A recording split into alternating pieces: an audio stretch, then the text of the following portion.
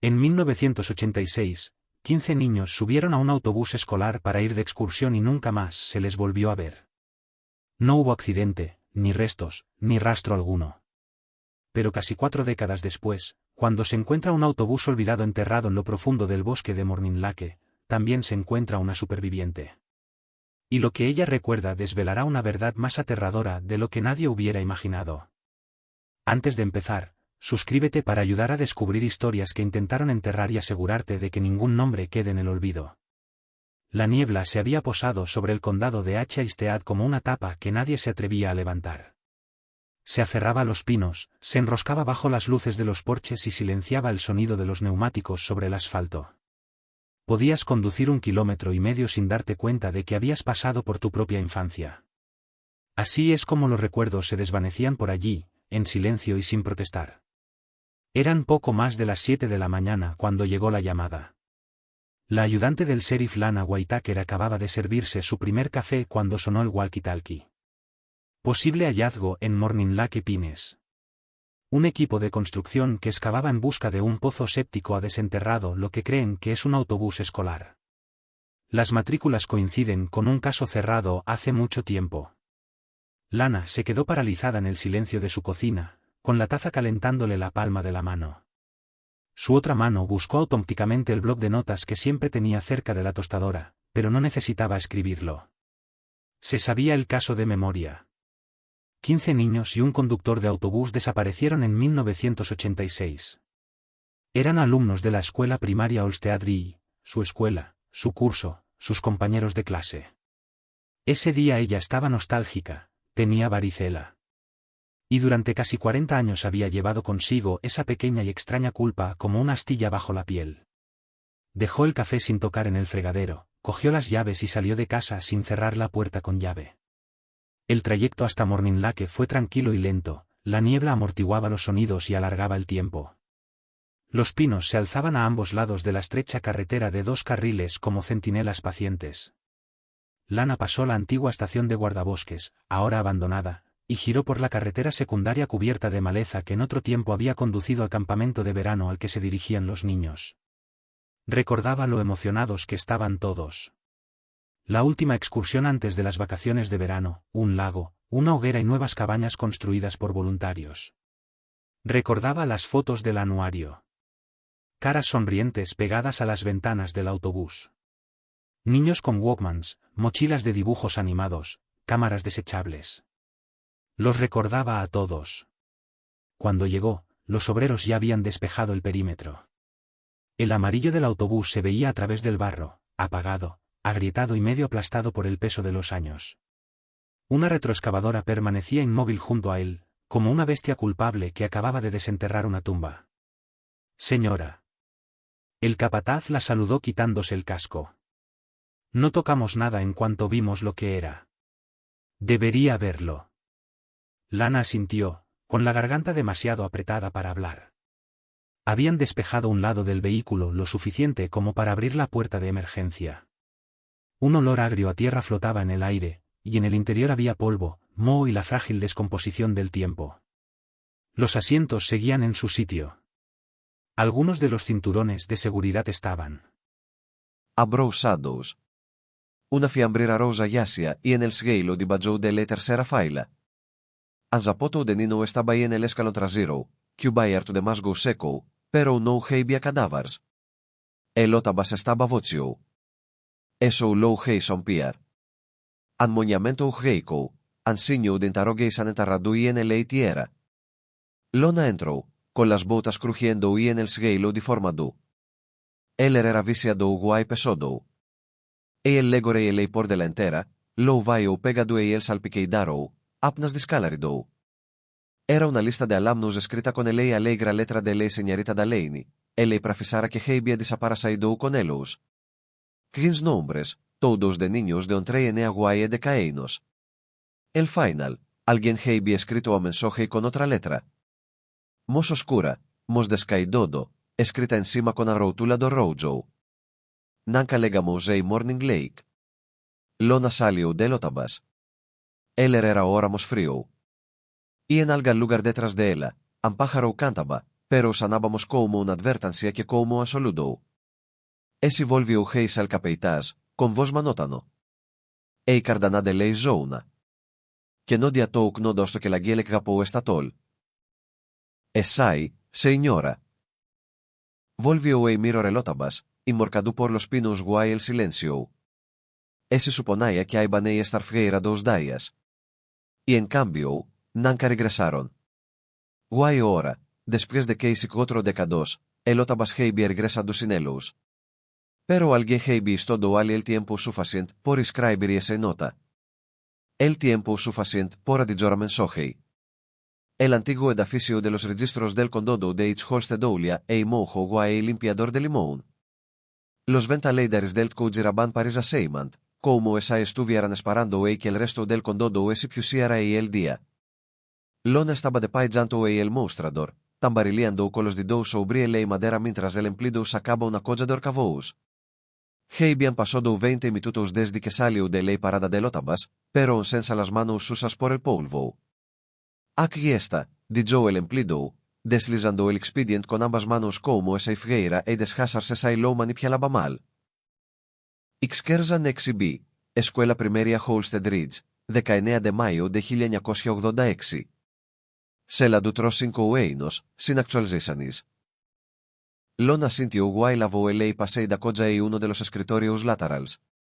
Abrió el topa lentamente, como esa timiera que algo freira y saltor freira.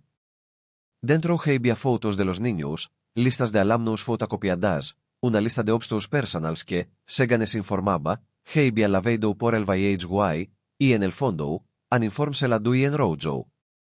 Personas desaparecidas, presentaban perdidas, sin indicios de juego sucio. Ese se lo había persgado el pueblo durante décadas. Sin brubas, sin juego sucio, sin niños. Pero Lona siempre había sospechado que había algo más. Todo el mundo tenía el nombre del conductor de Lotabasera Corl Davis, han empleado el tiempo porsal, contratado recientemente, apenas investigado. No tenía esposa ni hijos guay, según se informó, había abandonado el pueblo poco después de la desaparición.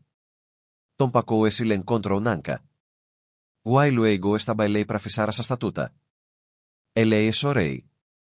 Dalene estaba enferma esa semana. Y en ese lugar, Matgal, una mujer que no recordaba haber contratado. Los registros indicaban ayudarán, pero ahora era terreno boldio y en las afueras del pueblo. Tampoco ese le había vuelto a ver. Lona se recostó y en el se quedó mirando la foto de Clays fotocopiada. On recordaba esos nombres, esos risas y los pasillos, esos mochilas balanceando mientras corrían Heis al otabas amarillo y en el estacionamiento.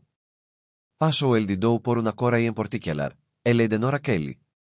Ojos verdes y grandes, un diente perdido y un lazo rosa en el pelo. Nora vivía 2 casas más abajo de la de Lana en aquella época. Todos los veranos compartían helados en la acera. La foto le hizo doler el pecho a Lana hasta que unos golpes la devolvieron al presente. El ayudante Harris estaba en la puerta, con los ojos muy abiertos. Sheriff, tiene que ver esto. 15 minutos más tarde estaban en el hospital. Una pareja de pescadores había encontrado a una mujer a medio kilómetro del lugar de la excavación. Estaba descalza, vestida con ropas andrajosas que no correspondían a ninguna marca local. Estaba deshidratada, desnutrida y apenas consciente, pero viva. La enfermera detuvo a Lana a la puerta de la sala de exploración. Está estable, sin identificación, unos 35 años. Siga diciendo que tiene 12 años. Pensamos que era un trauma hasta que nos dio su nombre. La enfermera le entregó a Lana una carpeta con un papel enrollado en la parte superior, escrito con letra temblorosa. Nora Kelly. A Lana casi le fallan las rodillas. Dice que estaba en una excursión escolar. La enfermera añadió con delicadeza que llevaba intentando volver a casa desde entonces. La mujer que estaba dentro de la habitación se incorporó lentamente cuando Lana entró. Tenía el pelo largo y enredado, el rostro demacrado y pálido. Pero los ojos eran inconfundibles. Verdes, muy abiertos. Lana se detuvo al pie de la cama. Nora, la mujer parpadeó y se le llenaron los ojos de lágrimas. Has envejecido, susurró, mientras una lágrima le resbalaba por la mejilla. Lana sintió que se le cerraba la garganta. ¿Tú me recuerdas? Nora asintió con la cabeza. Tenías varicela. Tenías que haber venido también. Las lágrimas ardían en los ojos de Lana. Caminó lentamente hacia la silla junto a la cama y se sentó, demasiado aturdida para hablar. Me dijeron que nadie te acordaría, susurró Nora. Que nadie vendría. ¿Quién te dijo eso? Preguntó Lana con delicadeza. Nora miró más allá de ella, hacia la ventana. Luego se volvió y dijo en un susurro, nunca llegamos a Morning Lake. El sol se había puesto tras los árboles cuando Lana regresó a la oficina del sheriff. La luz dorada del atardecer se filtraba a través de las persianas, proyectando largas rayas sobre su escritorio. No se sentó. En lugar de eso, se quedó de pie mirando la pizarra que había limpiado esa mañana. Ahora había 15 nombres pegados en 2 columnas ordenadas. Encima de ellos, escrito con rotulador rojo, excursión a Morning Lake, 19 de mayo de 1986. Debajo, un nuevo título. Nora Kelly, sobrevivió, regresó. Rodeó el nombre de Nora y añadió, encontrada el 5 de mayo de 2025 cerca de Morning Lake. Parece haber envejecido con normalidad. Se cree que tiene 12 años. No recuerda nada de lo ocurrido después de que el autobús saliera del colegio. Repite la frase, nunca llegamos a Morning Lake. Lana exhaló lentamente. Algo no cuadraba. Si Nora había estado viva todo este tiempo, ¿dónde había estado? ¿Y los demás? A las 9 de la noche, estaba de vuelta en el hospital. Los médicos le habían hecho unas pruebas básicas. No presentaba signos de lesiones más allá de la exposición al sol, deshidratación y trauma psicológico. Estaban analizando su ADN, pero Lana no necesitaba la prueba. Era ella. Estaba segura de que Nora la habían trasladado a un ala más tranquila. Cuando Lana entró, la encontró acurrucada bajo una manta, mirando fijamente un pequeño vaso de papel con agua en la bandeja. Hola otra vez, dijo Lana en voz baja. Nora levantó la vista. Su rostro aún mostraba la fragilidad demacrada de alguien que había estado demasiado tiempo alejado del mundo, pero su voz era más clara. ¿Me crees, verdad? Sí, dijo Lana. Nora esbozó una sonrisa triste. La mayoría no. Lana se sentó. ¿Puedo preguntarte algo? Nora asintió. ¿Recuerdas el viaje en autobús? Nora bajó la mirada. Solo el principio. El conductor no hablaba mucho. No era el de siempre. Y había alguien más, un hombre esperando en el cruce. Lana se inclinó hacia adelante. ¿Recuerdas cómo era? No muy bien. Creo que tenía barba. Solo recuerdo lo que dijo. ¿Qué dijo? La voz de Nora se redujo a un susurro. Dijo que el lago aún no estaba listo para nosotras. ¿Qué teníamos que esperar? Lana sintió un escalofrío recorriendo sus brazos. Se subió al autobús, dijo Nora. Y luego no sé. Me desperté en un granero, pero ya no era un granero. Era como una casa, pero las ventanas estaban tapadas y los relojes no funcionaban. ¿Qué quieres decir? Siempre decían que era martes, aunque no lo fuera. No nos dejaban hablar del pasado. Teníamos que usar nombres nuevos. Lana intentó mantener una expresión neutra. ¿Quiénes son, ellos? Nora tragó saliva. Al principio eran 2. Una mujer y el hombre. Ella lo llamaba señora Berry. No sé si era su verdadero nombre. Ella desapareció al cabo de unos meses. Creo que se puso enferma. ¿Sabes dónde estaba el granero? Nora negó con la cabeza. Nos trasladaban de un sitio a otro, a veces en furgonetas. No nos dejaban mirar fuera.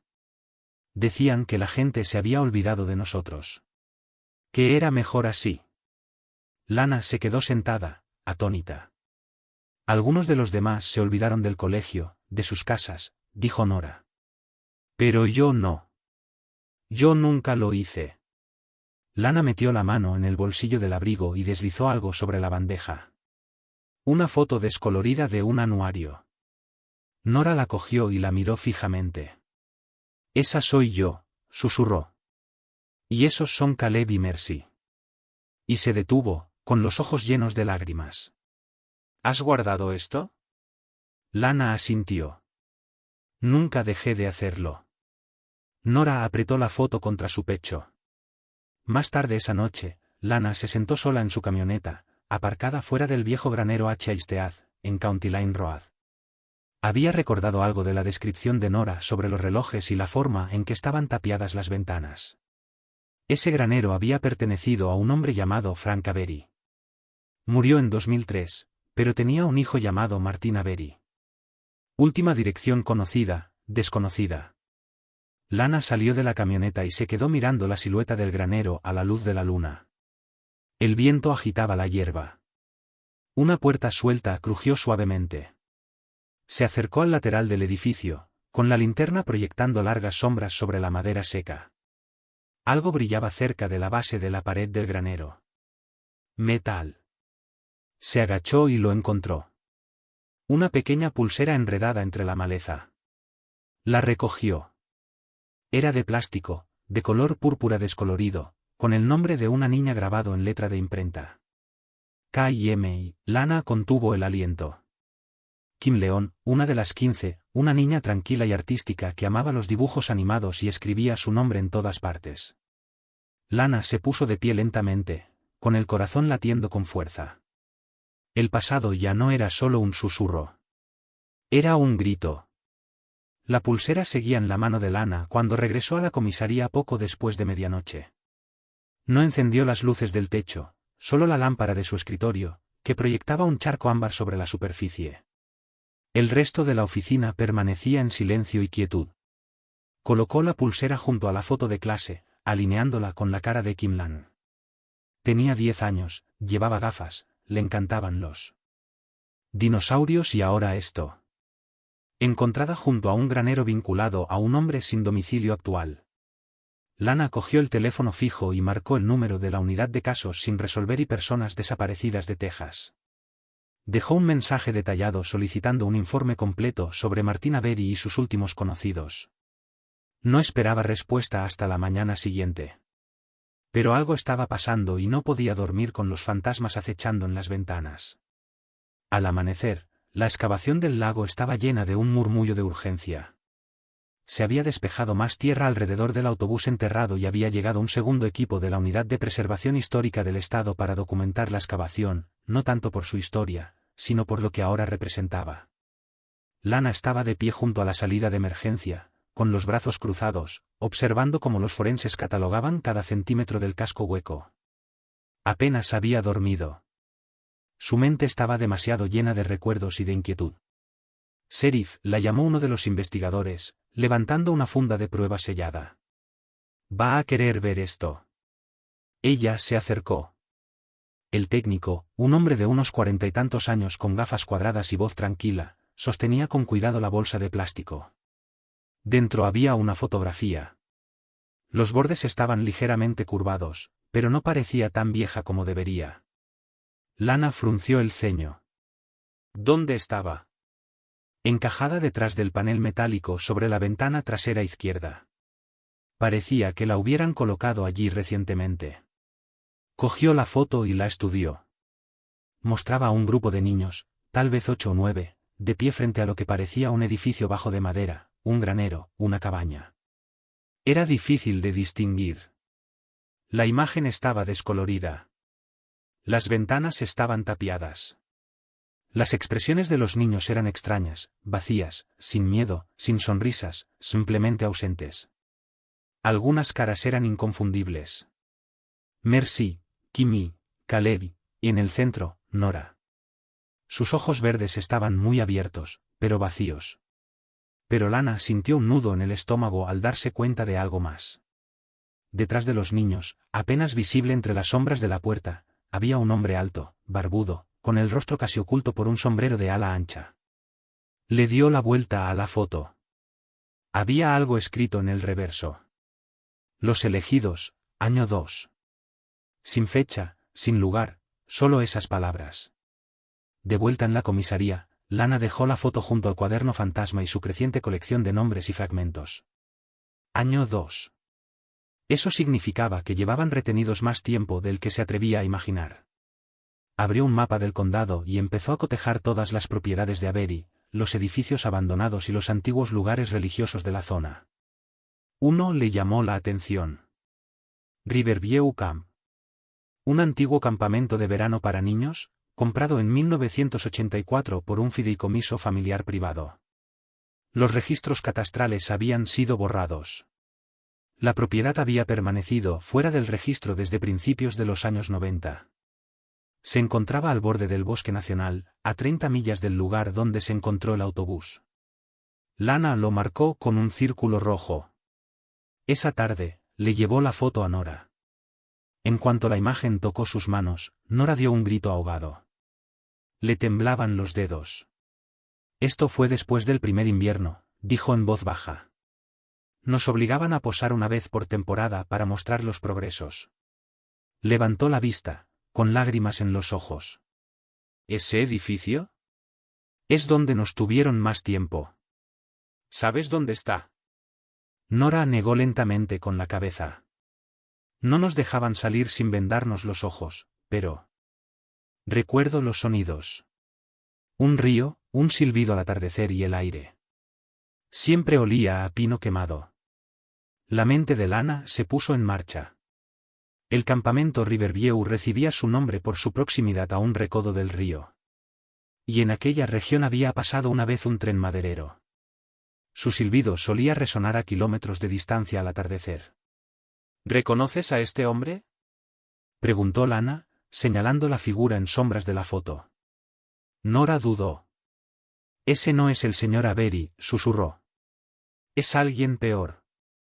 Peor, le llamaban padre Ilaiche, pero no era sacerdote. Solo le gustaba cómo sonaba. Lana sintió un escalofrío recorriendo su espalda. ¿Qué le pasó? Nora se quedó mirando la foto. No lo sé. Dejó de venir un día, después del tercer año. Luego nos trasladaron de nuevo. Otro lugar, otras reglas. Algunas no lo consiguieron. Algunas. Se interrumpió, con la voz quebrada. Algunas olvidaron sus propios nombres. Lana puso una mano suave sobre la de Nora. Tú no lo olvidaste, dijo. Volviste. Nora asintió con fragilidad. Pero ellos siguen ahí fuera. Algunos de ellos. Lo siento. Los demás. Miró a Lana directamente a los ojos. No quieren que los encuentren. Esa noche, Lana condujo hacia el norte, hacia Riverview Camp. La carretera se estrechó hasta convertirse en un camino de grava y los árboles se hicieron más densos, como muros. La niebla se acumulaba cerca del suelo, enroscándose entre las raíces y los viejos postes de las vallas. Los faros de su coche iluminaron un cartel de madera descolorido, medio cubierto por enredaderas. Retiro Juvenil Riverview. Propiedad privada. Aparcó en el límite de la antigua propiedad y salió del coche. El silencio era absoluto. No se oía ni un pájaro, ni el susurro del viento, solo el murmullo lejano del agua. Quizá un río. Lana cogió una linterna y siguió el camino cubierto de maleza. A mitad del camino, lo vio. El edificio de la foto. El techo estaba hundido. El porche estaba podrido, pero las paredes eran las mismas. El revestimiento de madera estaba ennegrecido en las esquinas. Las ventanas estaban tapiadas desde dentro. Se acercó lentamente. Justo antes de pisar el porche, se quedó paralizada. En la tierra, huellas frescas, pequeñas, de un niño. Lana buscó su pistola, con voz baja y cautelosa. Hola, ¿hay alguien aquí? Silencio.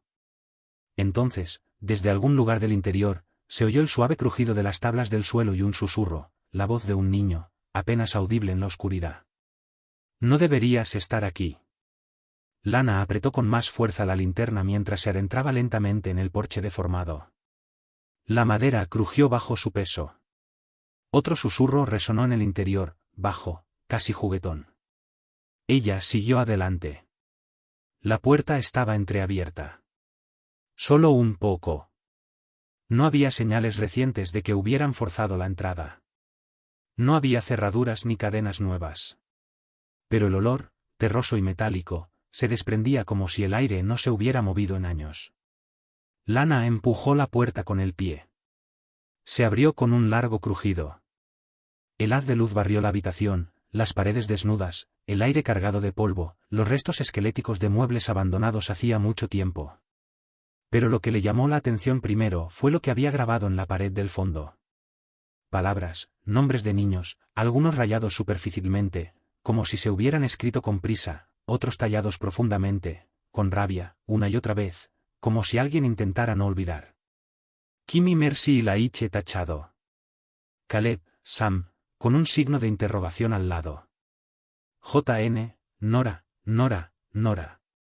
3 veces, uno debajo del otro. Lana tragó saliva. Aquello no era solo un escondite. Había sido una prisión. Dio un paso adelante, sus botas levantando polvo. La madera bajo sus pies crujió, pero aguantó. Pasó junto a lo que había sido una mesa, ahora astillada y volcada contra la pared. Había algo debajo. Se agachó. Una caja, de metal, oxidada por los bordes, pero intacta. La abrió lentamente. Dentro había papeles, amarillentos y húmedos, pero encima había una fina pila de Polaroid sujetas con una goma elástica. Las sacó. Eran niños otra vez, pero esta vez no posaban. Eran fotos espontáneas, tomadas desde ángulos que las hacían parecer extrañas. Algunos dormían, otros comían. Uno lloraba en la esquina de una habitación estrecha y sin ventanas. Cada foto tenía un nombre escrito en el reverso, pero no eran sus nombres reales. Paloma, Gloria, Silencio, Obediencia. La última foto era diferente. Una niña sola junto a un árbol. Tenía la cara girada, pero se le veía el brazo izquierdo y Lana vio lo que debía ver.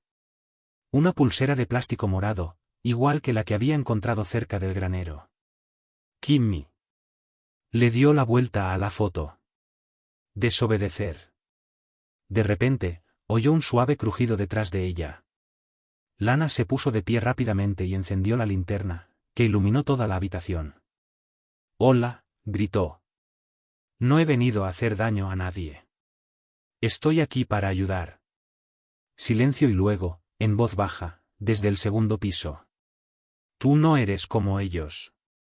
Lana se volvió hacia la escalera, vieja y frágil, pero aún en pie. Subió lentamente cada escalón, con la respiración entrecortada y la mano cerca de su arma. Al llegar al rellano, se detuvo. Una de las puertas al final del pasillo estaba entreabierta y se veía un tenue destello de luz de vela a través de la rendija. Se acercó. Dentro, el aire era más cálido. Alguien había estado allí. Las paredes estaban cubiertas de dibujos infantiles, hechos con carboncillo y lápiz, toscos pero deliberados. Los examinó con el corazón latiendo con fuerza. Uno de los dibujos mostraba una fila de niños caminando por el bosque. Otro, un hombre sin rostro, con los brazos extendidos como alas. Un tercero mostraba un autobús escolar en llamas. Y en el suelo, debajo, una fila de pequeñas lápidas idénticas. Lana dio un paso atrás, mareada. La linterna le temblaba en la mano. Entonces lo oyó de nuevo. Esa voz, tranquila y cercana. Nos dijeron que no dibujáramos, pero lo hicimos de todos modos. Se giró y allí estaba él, un niño de no más de 10 años, descalzo en la puerta, con los ojos oscuros, el pelo revuelto, pálido, delgado y con manchas de suciedad en la mejilla. «¿Quién eres?», preguntó Lana, bajando suavemente la linterna. El niño no respondió de inmediato. «Luego me llamaron Jonah, pero ese no era mi nombre». Lana se agachó, con voz firme. «¿Recuerdas tu verdadero nombre?». Él dudó y luego negó con la cabeza. «Te lo quitaron». Ella asintió lentamente. «No pasa nada». No tienes que recordarlo ahora mismo. ¿Has venido a llevarme? He venido a ayudarte, dijo Lana en voz baja. ¿Estás solo? Jonah miró al suelo. No. Señaló detrás de ella, hacia la pared, detrás de las viejas literas metálicas. Lana se levantó y siguió su mirada. Allí, grabados débilmente en las tablas del suelo, casi cubiertos por el polvo, había más nombres. Pero estos no estaban tallados a mano. Habían sido quemados en la madera. Con calor, con el paso del tiempo o con algo que ella no podía explicar. La madera a su alrededor estaba chamuscada. Y debajo, con tinta negra, estaban escritos nombres que no debemos olvidar.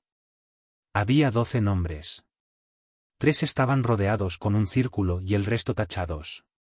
Lana se sentó con Jonah en la parte trasera de su todoterreno. El niño estaba envuelto en una manta gruesa, en silencio, salvo por el suave crujido de la manta térmica de emergencia que se arrugaba con cada movimiento. Sus ojos, grises, distantes y mucho más viejos que los de cualquier niño de 10 años, miraban por la ventana como si esperaran que algo saltara de los árboles. No habían hablado mucho durante el viaje de vuelta. Él no le había preguntado a dónde iban. No le había preguntado por qué había venido. Solo una cosa parecía importarle. ¿Volverán los demás también? Lana no le había respondido porque no lo sabía. En la estación, lo acompañó suavemente a la trastienda, una habitación que rara vez usaba, y cerró las persianas. Una trabajadora social local estaba en camino, pero Lana había insistido en ser ella quien hablara primero con él. Le trajo un zumo, una vieja sudadera con capucha de lana y un conjunto de fotos que había impreso del anuario original, laminadas y descoloridas por el paso del tiempo. Jonah se sentó con las fotos en el regazo. Recorrió con un dedito cada rostro. «La recuerdo», susurró. «Esa es Mercy». Luego señaló otra. «Y él». Sam, siempre se metía en líos. No se le daba bien estar callado. Señaló una más, el rostro de Lana de niña. «Tenías que haber venido». Ella sonrió levemente. «Iba a ir, pero me puse enferma». Jonah ladeó la cabeza. «¡Qué suerte!». Mientras tanto, al otro lado de la ciudad, el equipo forense informó de un hallazgo. Habían encontrado otra foto enterrada debajo del panel trasero del autobús. Esta estaba parcialmente quemada. Mostraba a 4 niños sentados alrededor de una fogata. Uno de ellos, mirando directamente a la cámara, tenía la piel oscura y el pelo corto. En la esquina inferior, escrito con rotulador, se leía: «Él se quedó». Él eligió quedarse. Lana se quedó mirando la foto. Algo le tiró del borde de la memoria. Volvió a sacar la vieja lista y repasó mentalmente cada nombre hasta que se detuvo en uno. Aaron Devlin, 11 años en el momento del viaje. Callado, inteligente, un ajedrecista dotado, siempre leyendo libros muy por encima de su nivel. Consultó la base de datos del condado.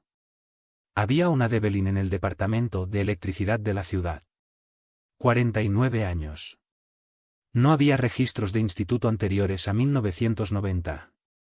Se mudó a Olmsted en 2004. Vivía solo en una caravana a las afueras de la ciudad. No figuraba ningún familiar. Lana se levantó lentamente. Ya no creía en las coincidencias. La caravana estaba situada al borde de un terreno de grava, medio cubierta por agujas de pino, con la puerta oxidada por las bisagras. Una sola bombilla sobre el porche parpadeaba débilmente cuando Lana se detuvo. Llamó una vez. No hubo respuesta. Volvió a llamar.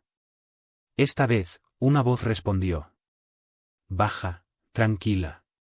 Sabía que alguien vendría tarde o temprano. La puerta se abrió. El hombre que estaba allí parecía más viejo que sus orejas. Tenía canas en las sienes y los ojos agudos e indescifrables. Llevaba una camisa sencilla, una chaqueta de franela y vaqueros de trabajo. Pero había algo en su forma de estar. Inmóvil, como alguien que espera un veredicto. ¿Aaron Devlin?, preguntó Lana. Él no respondió de inmediato, pero luego asintió con la cabeza. Te recuerdo, dijo en voz baja. Solías llevar trenzas y una chaqueta vaquera con parches. Lana parpadeó. ¿Te acuerdas de mí? Estábamos en la misma clase. Tenías una mochila verde con una cremallera plateada que siempre se atascaba. Se le aceleró el corazón. ¿Por qué no te presentaste? Aarón se hizo a un lado. Porque no todos querían irse. El interior de la caravana estaba meticulosamente limpio, escaso. Sobre una pequeña mesa de café había un tablero de ajedrez. Las estanterías cubrían las paredes. Todas estaban llenas de libros sobre psicología, memoria y comportamiento grupal. Dejé ese santuario en 1991, dijo Aarón, sentándose con cuidado en el borde del sofá. Tenía 16 años. Me dejaron marchar. ¿Te dejaron? Yo fui la que se quedó cuando los demás intentaron escapar. La que les ayudó a mantener el orden. Creí en ello durante mucho tiempo. Pensaba que allí estaba a salvo. Lana se sentó frente a él y le escuchó. Pero entonces las cosas cambiaron, continuó. Después del cuarto año, el grupo se dividió. Y Laiche desapareció. Los demás empezaron a rebelarse. Mercy huyó. Caleb intentó luchar. Yo me quedé. No porque estuviera de acuerdo, sino porque tenía miedo del exterior. La voz de Lana era firme. Podrías haber ayudado a encontrarlos. Me dijeron que el mundo nos había olvidado, que nuestras familias habían seguido adelante. Su voz se quebró ligeramente. Cuando finalmente me fui, no sabía cómo ser otra cosa que callado. La miró. Pero si ahora estás aquí, alguien más debe haber regresado. Lana asintió. Nora. Los ojos de Aarón parpadearon. Ella lo recordaba, susurró. Después de todo este tiempo, nunca lo olvidó. Aarón apartó la mirada hacia la ventana, donde el crepúsculo comenzaba a tocar las copas de los árboles. Sé dónde pueden estar los demás, dijo. Al menos, donde los enviaron después de los incendios. ¿Incendios? Aarón apretó las manos. Hubo un levantamiento. Algunos de los niños eran mayores por entonces. Incendiaron parte del santuario. El grupo se dispersó.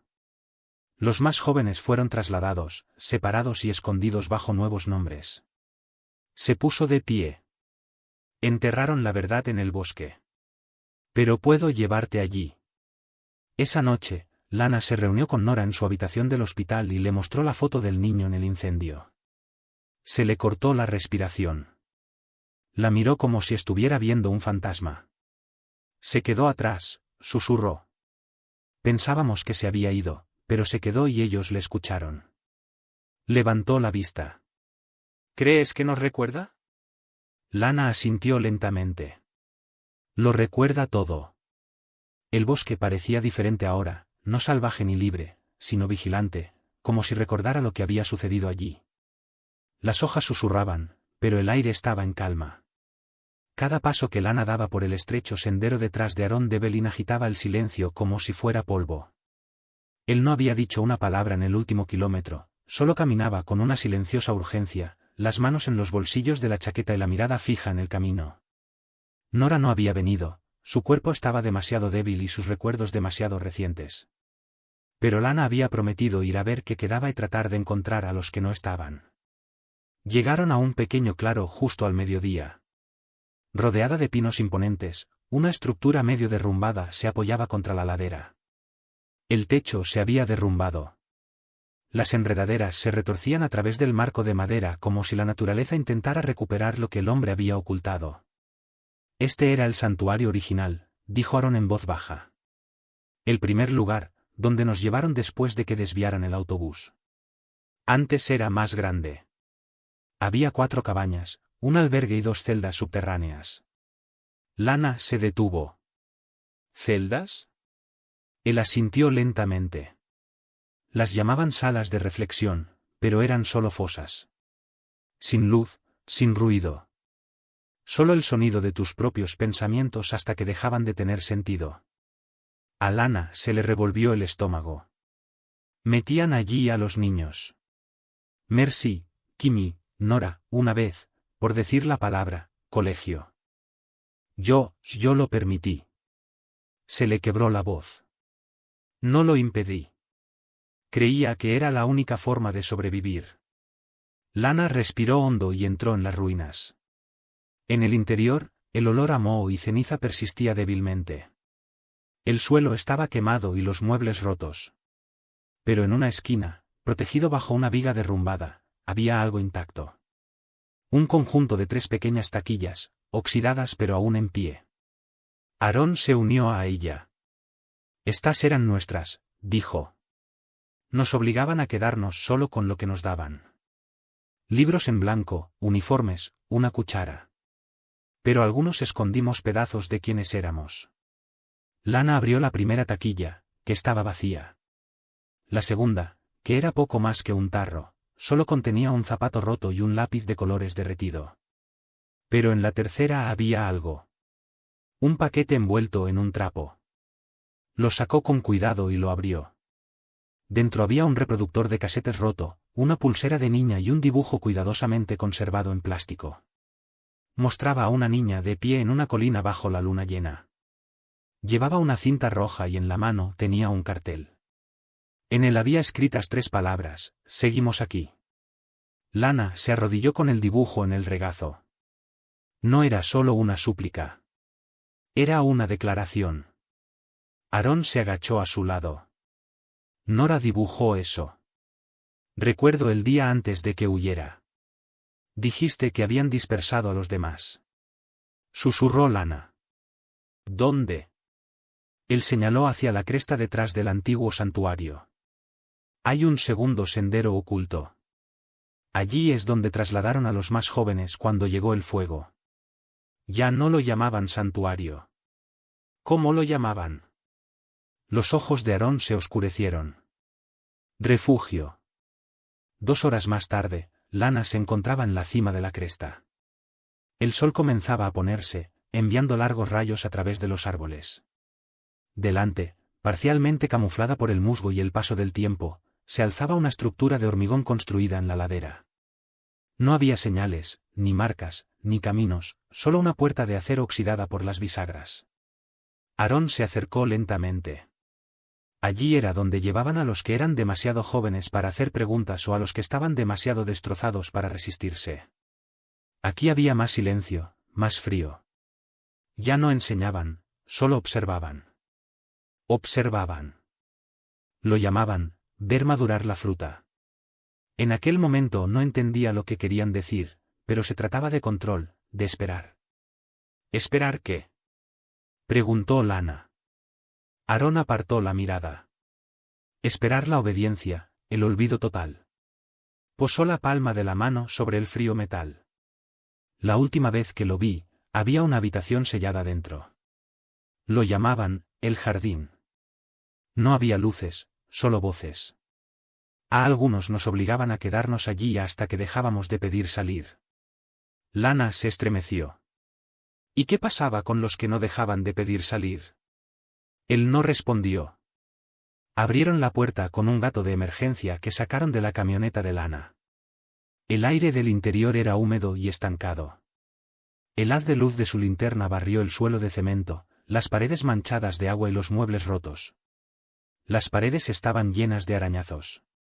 Nombres, símbolos, mensajes cortos grabados con las uñas, llaves o cosas peores. Pero lo que dejó helada a Lana fue una pequeña puerta a la derecha. Sobre ella colgaba una placa torcida.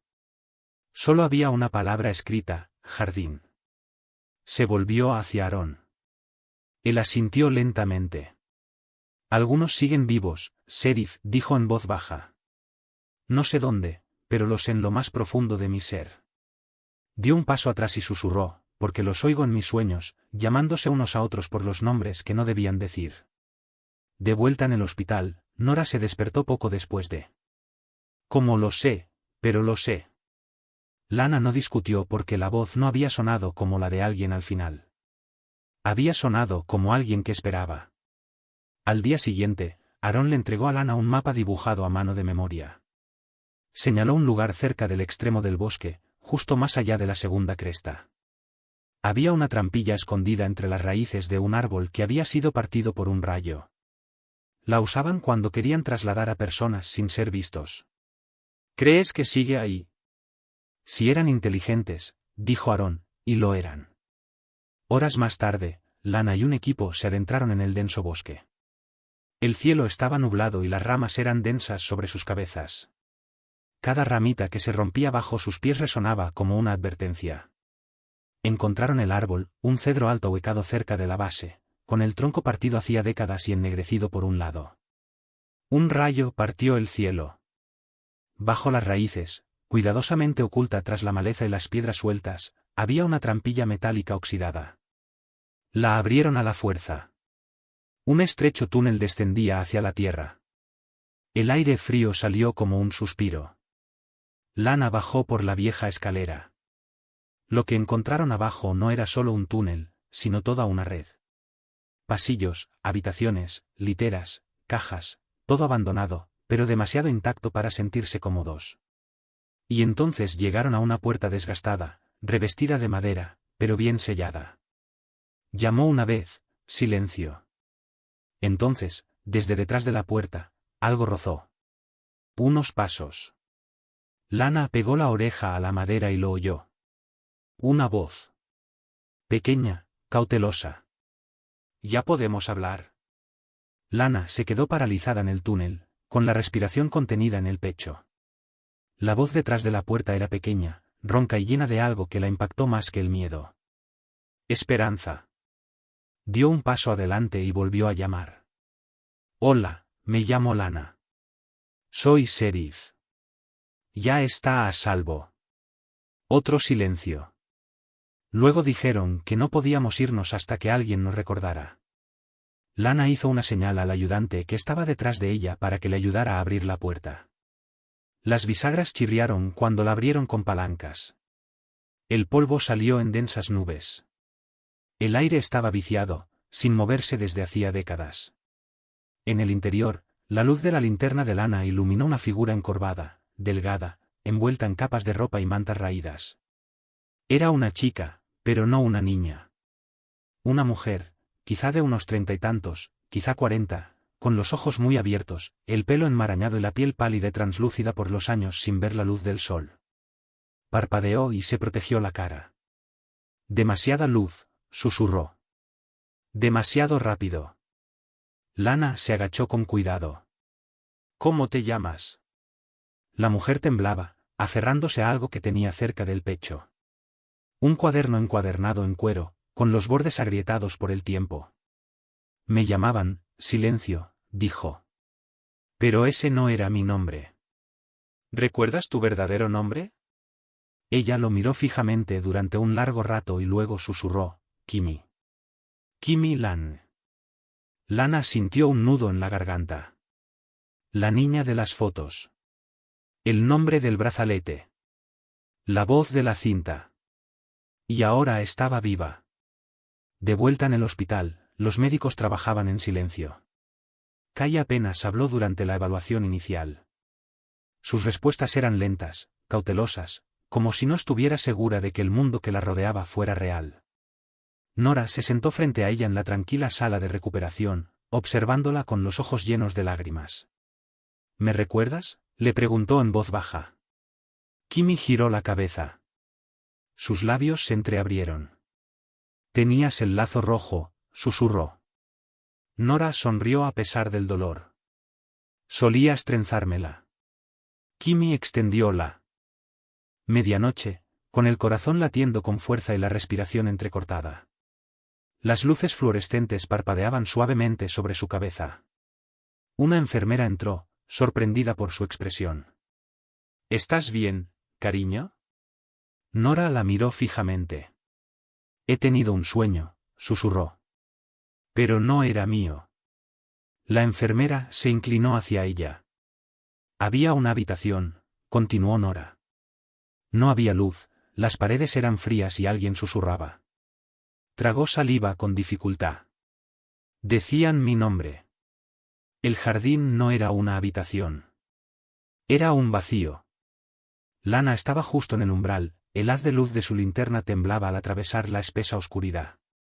Las paredes eran estrechas, el techo bajo y el aire, denso e inmóvil, parecía no haber sido respirado en décadas. No había muebles ni ventanas, solo hormigón. Pero el olor, esa misma mezcla tenue de tierra húmeda, metal viejo y algo más débil, casi dulce, hizo que Lana se detuviera. Detrás de ella. Aarón permanecía fuera de la puerta, negándose a entrar. Había dicho que los niños no solo estaban retenidos allí. Aquí los reeducaban, los obligaban a sentarse en silencio durante horas, les ordenaban susurrar oraciones que no eran oraciones y les enseñaban a olvidar el sonido de sus propios nombres. Lana recorrió la habitación con la mirada. Las paredes estaban cubiertas de marcas. Esta vez no eran solo nombres, sino marcas de conteo. Cientos, quizá miles. Cada una rayada en secuencia, contando algo. Tiempo, días, castigos. En la esquina más alejada, su mirada se posó en el borde de algo enterrado bajo el polvo y el yeso roto. Se arrodilló con cuidado y lo despejó. Era una pequeña grabadora, de las que usan los periodistas o los investigadores, maltrecha, con la cinta casi desintegrada. Le dio la vuelta y vio que en el plástico había grabado con un alfiler o un clavo, para los que recuerden. Lo metió en una bolsa de pruebas, con la mano temblorosa. Porque no se trataba de una reliquia abandonada por curiosidad. Era un mensaje. Alguien había querido ser escuchado. En la comisaría, Lana llamó al equipo técnico para que restaurara cuidadosamente el casete. Tardaron horas, pero al anochecer, la cinta estaba lista para reproducirse una sola vez. Era demasiado frágil para reproducirla varias veces. Pidió estar sola cuando la reprodujeran. Las luces estaban tenues. La lluvia había empezado a golpear las ventanas de la comisaría. Pulsó el botón de reproducción. Se oyó estática. Luego, una voz. Débil. Soy Nora. Creo. Ya no lo sé. Está oscuro. No sé cuánto tiempo llevo aquí, pero creo que recuerdo el colegio. Creo que tenía un hermano. Lana se inclinó hacia adelante. No nos dejan decir nuestros nombres reales. Dicen que así es como el mundo nos encuentra. Pero yo los escribo de todos modos. Aunque solo sea en mi cabeza. Una larga pausa. Si alguien encuentra esto, no les creáis cuando digan que nos escapamos. No lo hicimos. Nos secuestraron.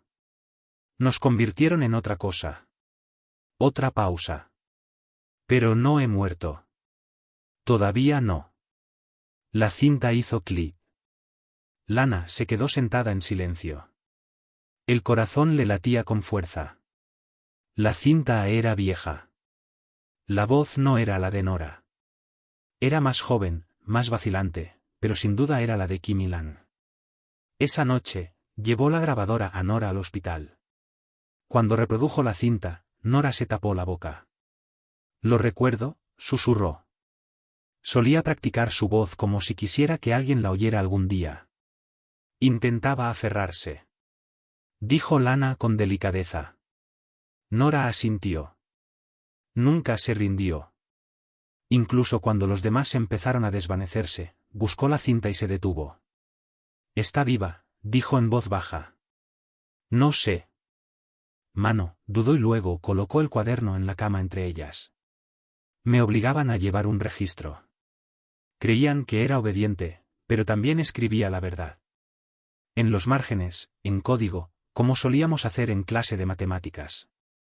Lana tomó el diario con cuidado y abrió la primera página.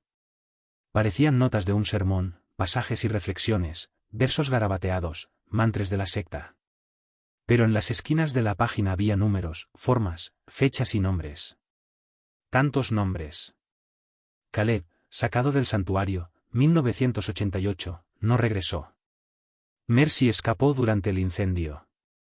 Se cree que está muerta, sin confirmar. Sam, hueco roto, sin recuperación. Jonah, obediente, transferido. Nora, castigada, memoria borrada, me retuvieron esperando. Cada entrada se volvía más oscura, más fragmentada, hasta la última. Si alguien encuentra esto, no se limite a llevarnos de vuelta. Llévenos adelante. Ayúdenos a volver a ser reales. Esa noche, Lana se sentó con el diario en su regazo, hojeando las páginas. Cada una era un mapa de supervivencia, de resistencia, de una niña que se convertía en mujer en las sombras, y de un sistema diseñado para borrar todo rastro de lo que estos niños habían sido. Pero Kimi no había olvidado, y Nora tampoco. Y Aaron, a pesar de todo, los había traído hasta aquí, a los últimos supervivientes. ¿Pero eran los únicos? A la mañana siguiente, Aaron estaba junto a Lana en la cresta, mirando hacia el bosque que se extendía debajo. Los registros mencionaban un segundo túnel, dijo Lana. Uno que nunca se encontró. Aaron asintió. El niño mayor hablaba de él como si fuera un mito, una vía de escape. Pero creo que no era una ruta de escape. Lana lo miró. Entonces, ¿qué era? Un escondite. ¿Para qué? Aaron se volvió hacia ella. Para aquellos cuya existencia no querían que el mundo conociera. De vuelta en el hospital, Kimi se despertó con las primeras luces del día. Nora se había quedado dormida en la silla junto a ella, con la mano apoyada en el borde de la cama. Kimi volvió la cara hacia la ventana. Afuera, amanecía. No había visto un amanecer en casi 30 años. Cuando habló, su voz era apenas un susurro. Aún no ha terminado. El túnel final no estaba marcado en ningún mapa, pero el diario de Kimi contenía la clave. Escondido en márgenes codificados y disperso en versos falsos, Lana descifró el significado. 3 árboles de piedra, un arroyo que se dividía pero nunca se reunía, y una X roja dibujada sobre una curva hueca en el recodo del río. Aaron le había dicho una vez que el bosque al norte del lago Morning estaba plagado de sumideros, algunos naturales y otros artificiales. Lana siguió el mapa al amanecer. El lecho del río estaba bajo debido a la estación seca, dejando al descubierto la piedra caliza oscura y las raíces retorcidas. Los pájaros cantaban en lo alto, pero el bosque parecía en silencio, como si contuviera la respiración. Lana cruzó las rocas resbaladizas hasta que los encontró. 3 grandes árboles petrificados agrupados en una cresta. Se colocó entre ellos y miró hacia abajo. El río se dividía allí, antes fluía ancho, pero ahora se desviaba en 2 brazos estrechos, uno de los cuales se desviaba hacia la piedra. Y allí, tal y como estaba dibujado en el diario, había una depresión en el suelo, casi circular, cubierta de musgo y ramas. Lana la despejó con cuidado. Debajo había una trampilla de acero fundida por el paso del tiempo, pero aún intacta. Un tenue grabado en el borde estaba casi desgastado. TS2, Estación de Transferencia 2. Sus dedos recorrieron el metal. Su voz era baja y firme, para que aquellos a quienes no querían que el mundo encontrara no la oyeran. Con refuerzos a pocos minutos detrás de ella, Lana forzó la trampilla. Una ráfaga de aire frío salió, seco y amargo, teñido de moho y algo ligeramente metálico. El conducto era estrecho, reforzado con hormigón, y descendía casi 6 metros antes de aplanarse en un pasillo estrecho. Sus botas resonaron al entrar en el pasado. El aire también estaba quieto. Lo que encontró dentro no era una prisión. No exactamente. Era un lugar de conservación. 10 habitaciones, cada una no más grande que un armario empotrado. Algunas tenían camas, otras solo esteras. En unas pocas había dibujos en la pared, figuras toscas de palitos cogidos de la mano, soles con rayos afilados, el contorno de un autobús desapareciendo tras una colina, pero no había niños, solo restos.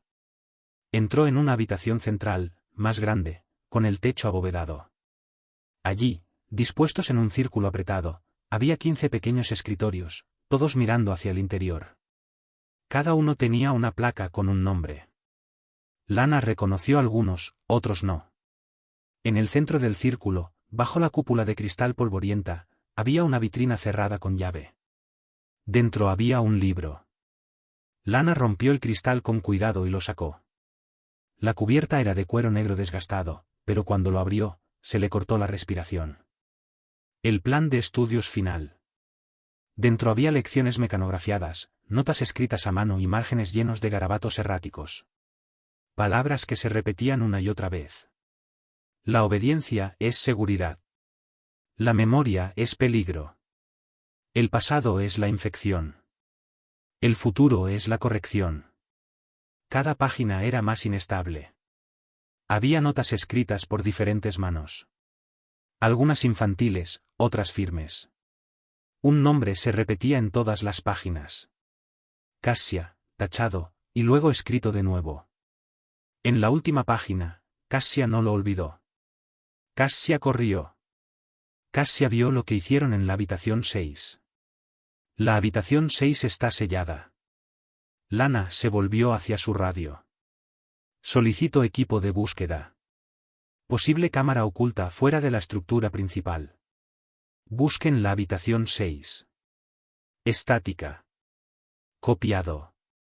Encontraron la habitación 6 detrás de una pared falsa. La puerta estaba tapiada con ladrillos y sellada con hormigón. Les llevó horas, pero cuando finalmente la derribaron, el aire les golpeó como una ola de tiempo perdido. Dentro no había camas, ni ventanas, solo fotografías, cientos de ellas, niños con uniformes, niños arrodillados, niños de pie en filas con rostros inexpresivos. Y luego, en el centro de la pared del fondo, un mural pintado a mano. Mostraba a una niña corriendo entre los árboles, con los brazos extendidos, la cara vuelta hacia la luz, y debajo unas palabras pintadas. Cassia lo recordó, ella nos dejaba la luz encendida. De vuelta en el hospital, Kimi se sentó erguida mientras Lana colocaba la foto de la habitación 6 delante de ella. Se le llenaron los ojos de lágrimas. Era ella, susurró. Cassia. Era mayor que nosotras. Callada. Nunca se unió a la oportunidad. Dijeron que desapareció durante el 3er año. ¿Escapó? Preguntó Lana. Kimi negó con la cabeza.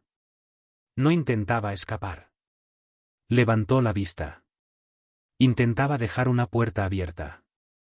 Esa noche, Lana se paró al borde del lago Morning. Las estrellas brillaban en la superficie. Se llevaron a 15 niños. 3 habían regresado, pero ahora había pruebas de que otros habían sobrevivido, aunque solo fuera por un tiempo. Las últimas entradas del diario, el mural, la cinta, todo apuntaba a una verdad inconcebible. Algunos de los desaparecidos no habían muerto. Simplemente habían desaparecido en un lugar que el mundo nunca debía ver. Y al menos uno de ellos, Cassia, había luchado por ser recordado. El mural perseguía a Lana. El rostro de la niña, Cassia, pintado con remolinos azules y dorados, con los brazos extendidos como si intentara volar. Era mayor que los demás de las fotos, quizá 14 o 15 años. Su presencia en la habitación sellada sugería algo diferente en ella. Cassia no había sido una víctima. Había sido una testigo, quizá incluso una denunciante. Lana regresó a la comisaría y reabrió un expediente olvidado. Traslados de menores bajo tutela del Estado entre 1991 y 1993. Docenas de niños sin nombre reubicados tras el colapso de 2 hogares colectivos ilegales en el norte de California. Todos con historiales médicos borrados y formularios de admisión censurados. Una entrada destacaba entre todas. Una niña, de entre 13 y 15 años, ingresada sin recordar su nombre, puesta bajo tutela temporal, descrita como emocionalmente desconectada pero físicamente sana. Se negó a hablar durante su 1er año. Su nombre al ingresar, Jin Do-woo, número 19, más tarde rebautizada como Maya Gison. Adoptada en 1994 por una pareja de Morning Lake. Lana se recostó en su silla. Su corazón latía con fuerza. Cassia no había desaparecido. Cassia se convirtió en Maya. Maya Gison regentaba la librería del pueblo. Callada, amable, de unos 40 años.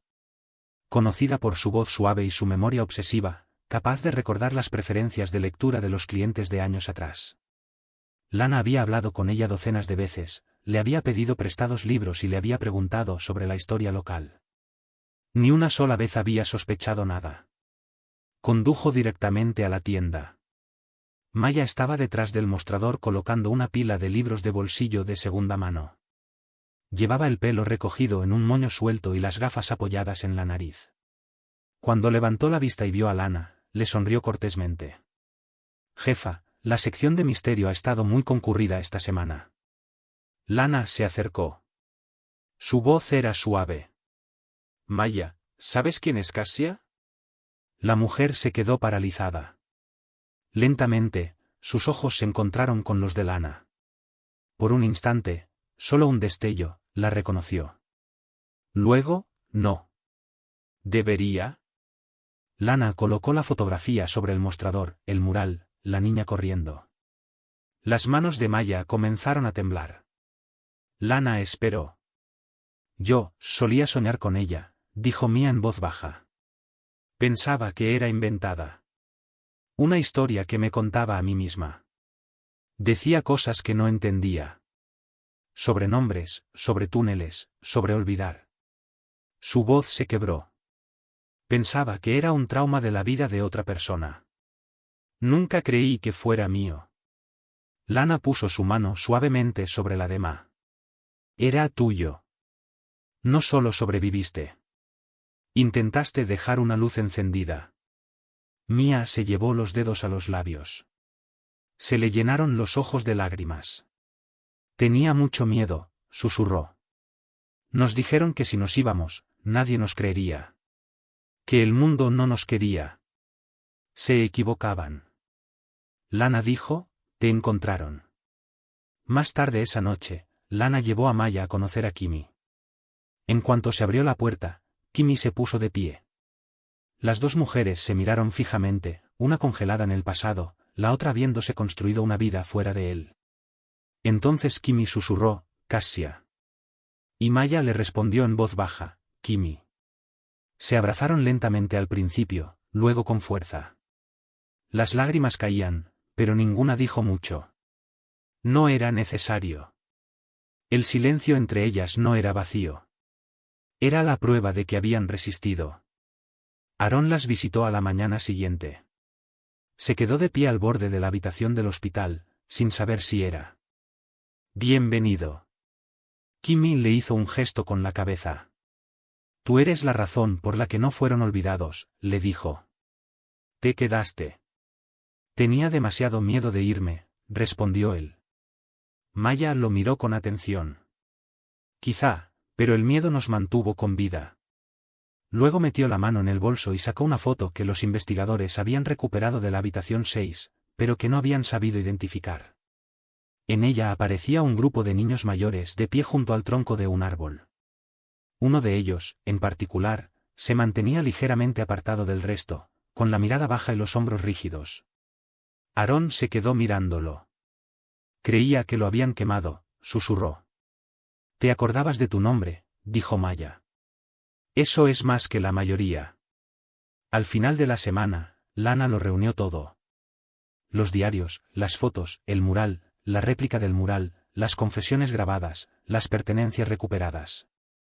Presentó un informe oficial titulado, The Morning Lake 15, un caso reabierto. Se necesitarían meses, tal vez años, para que se supiera toda la verdad. El Estado investigaría lo que se había pasado por alto. Las familias darían un paso al frente. Algunas podrían demandar, otras llorarían la pérdida de sus seres queridos, pero otras, como Nora, Kimi y Maya, tenían un objetivo diferente. Querían crear una fundación para los niños desaparecidos, para los que no tenían voz, para aquellos a quienes les habían quitado el nombre, pero que lo habían recuperado. En una cálida mañana de primavera, Lana regresó al lago. El sol brillaba en la superficie. Los patos cruzaban silenciosamente el agua. Ahora había un pequeño cartel de madera en el borde del muelle. Decía, en memoria de los desaparecidos, a aquellos que esperaron en silencio, vuestros nombres son recordados. Se arrodilló y colocó una polaroid debajo del cartel, la de la antigua pintura mural, la de la niña corriendo hacia la luz. Y luego se levantó porque había otros ahí fuera. Y tal vez, solo tal vez, algunos de ellos seguían esperando. 3 meses después, la ciudad de Morning Lake volvía a estar tranquila. Los turistas iban y venían. La escuela volvió a abrir. El caso de los niños desaparecidos fue noticia en todo el país. Y detrás de todo el ruido, la ciudad comenzó lentamente a respirar de nuevo. Pero para aquellos que lo habían vivido, las heridas no habían cicatrizado del todo. Todavía no. Nora fue la primera en marcharse. Se mudó a Seattle, empezó a dar clases y volvió a pintar, algo que no había hecho desde que era niña. Su primer lienzo fue el mural que casi había pintado en la habitación 6. No se trata solo de sobrevivir, le dijo a Lana antes de marcharse. Se trata de crear algo que nadie pueda quitarte. Kimi decidió quedarse. Vivía en una pequeña cabaña cerca del bosque. La gente del pueblo era amable. Algunos recordaban su nombre de antiguas listas de oración. Otros recordaban a su madre. Visitaba el lago todas las semanas y dejaba una flor en el cartel de madera. Nunca llevaba su diario, pero siempre llevaba su voz. A veces simplemente hablaba en voz alta a los árboles. Nombres reales. Maya volvió a su librería. Pero ahora no solo guardaba historias. Organizaba talleres gratuitos para jóvenes, espacios tranquilos para aquellos que no tenían un hogar seguro o ni siquiera recuerdos seguros. Todos los viernes preparaba té y leía en voz alta los libros que elegían los niños. Nadie le preguntaba por su pasado, pero a veces, durante los descansos, trazaba con los dedos el contorno de un mural en la trastienda. En cuanto a Aaron, se marchó de Morning Lake en silencio. Sin despedidas, sin dejar dirección. Más tarde, Lana encontró una nota deslizada bajo la puerta de su oficina. Hay más allí fuera. He oído rumores. Otros pueblos, otros niños. Entonces no fui lo suficientemente valiente. Quizás ahora sí lo sea. Pegada a la carta había una foto de un autobús. Viejo, oxidado, pero familiar. En la parte trasera había una palabra, Arcadia. Lana guardó la carta en el cajón de su escritorio. No abrió un nuevo caso. Todavía no. Pero a veces, por la noche, cuando el viento susurraba entre los árboles fuera de su ventana, pensaba en ese nombre, en los que habían encontrado y en los que no. Mirando las estrellas sobre Morning Lake, se preguntó